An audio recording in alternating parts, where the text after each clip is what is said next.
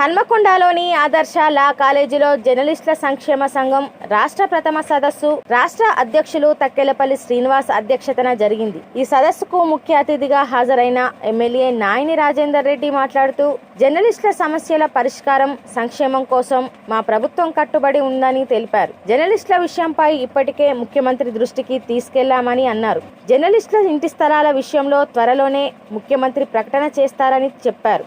రాష్ట్ర ప్రభుత్వం జర్నలిస్టుల సమస్యల పరిష్కారం కోసం వారి సంక్షేమం కోసం కట్టుబడి ఉందని తెలిపారు.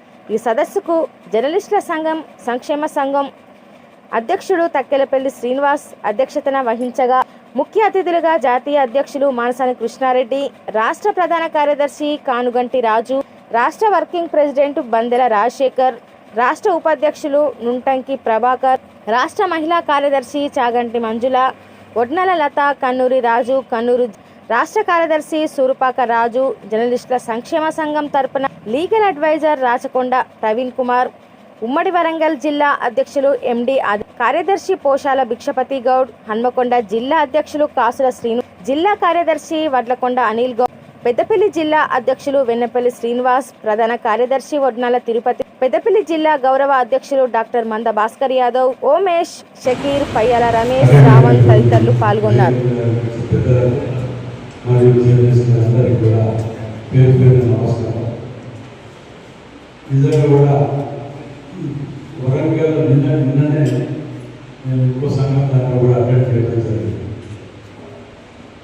దాంట్లో కూడా చెప్పడం జరిగింది ఏంటంటే అత్యధికంగా నష్టపోయిన జిల్లా జర్నలిస్ట్లో వరంగల్ జిల్లా.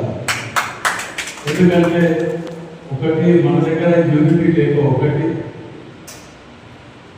రెండోది యూనిటీ లేకపోవడం వల్ల మీది వాళ్ళు కూడా అడ్వాంటేజ్ తీసుకుంటున్నారు. మీరు ఫైనల్ చేసుకుంటాను మీకు ఇష్టం లేక మేమేం చేయాలి, దీనితో నష్టం అనేది జరిగింది. నేను 3-4 సార్లు కూడా సీఎం గారి దగ్గర తీసుకుపోయినా, ఇన్ఛార్జ్ మినిస్టర్ గారి దగ్గర తీసుకుపోయి కల్పియడం యూనియన్ అని, అదేవిధంగా శ్రీనివాస్ రెడ్డి గారు వారిని తీసుకుపోయి కల్పించిన జర్నలిస్ట్ వారి దగ్గర కూడా మీటింగ్ అయితే ఎక్కడ కూడా క్లారిటీ రాకుండా 100లలో పెట్టే వరకు వారికి ఇవ్వవలసిన జాగా చూసి పెట్టిన అక్కడ ఎమ్మెల్యే తోటి మాట్లాడినా అన్నిటికీ ఏర్పాటు అయిన తర్వాత మన దగ్గర ఐక్యత లేకపోవడం వల్లే వాస్తవాన్ని చెడిపోయింది. ఇంతమంది ఎక్కడి నుంచి వస్తారు అని ఒక ఆలోచన లిమిట్ ఉంటుంది. 10-20 ఎక్కువ పెట్టినామంటే అర్థం ఉన్నది. 100లలో ఎక్కువ పెట్టే వరకు అది ఒక నిర్లక్ష్యమైంది. ఇది సెట్ అయ్యేది కూడా సుప్రీంకోర్టుకి ఆర్డర్ వచ్చింది. ఎమ్మెల్యేలకు మీడియా సోదరులకు ఎవరికి లేవాలి, ఎమ్మెల్యేలకు లేవంటే ఓకే, వాళ్ళకి శాలరీస్ ఉంటాయి, వాటి పదవిలో ఏదో నడుస్తుంటుంది. కానీ ఎమ్మెల్యేతో కంపేర్ చేసి మీడియా సోదరులు కూడా ఆ కేటగిరీని జమ చేయడం అనేది అది మంచి పరిణామం అయితే కాదు, నా వ్యక్తిగత అభిప్రాయం.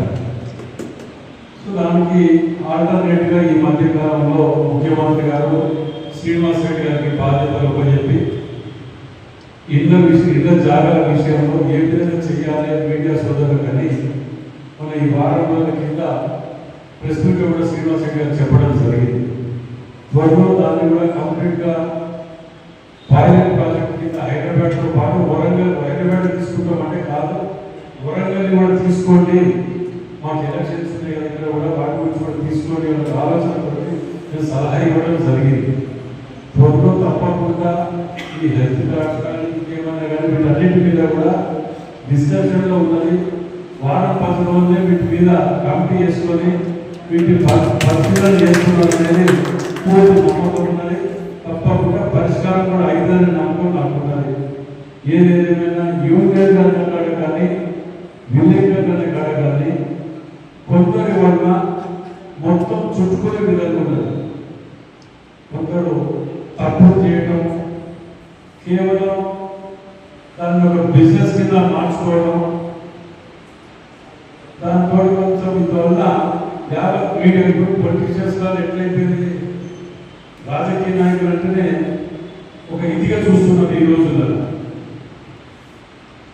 అలా జర్నలిస్టులు కూడా రాకుండా ఈ కొన్ని నేను అనేది ఒక జర్నలిస్ట్ అనే కాదు, ఏ దాంట్లో కూడా రాజకీయంలో కానీ నాయకులు జర్నలిస్ట్ కానివ్వండి, ఇంకే వాటిలో కూడా కొందరు చేయబట్టి కొందరు చేసే తప్పుడు పనుల వల్ల మిగతా యావత్ దాన్ని చుట్టుకుంటున్నారు. ఈ రోజు మనం చూస్తున్నాం.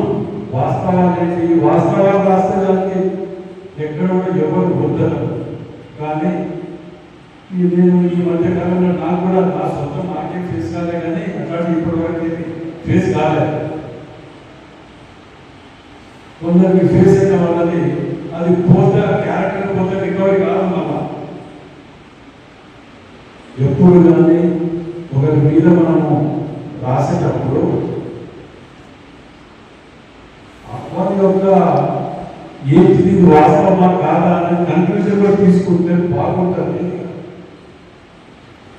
వాస్తవం అయితే తప్పకుండా ఎవరు చెప్పిన ఆయనకు వీల్లేదన్న వాస్తవం అంటే వీళ్ళ ఎక్స్ప్లెనేషన్ కూడా ఇచ్చాలంటే అవకాశం మనకి ఇవ్వాలి.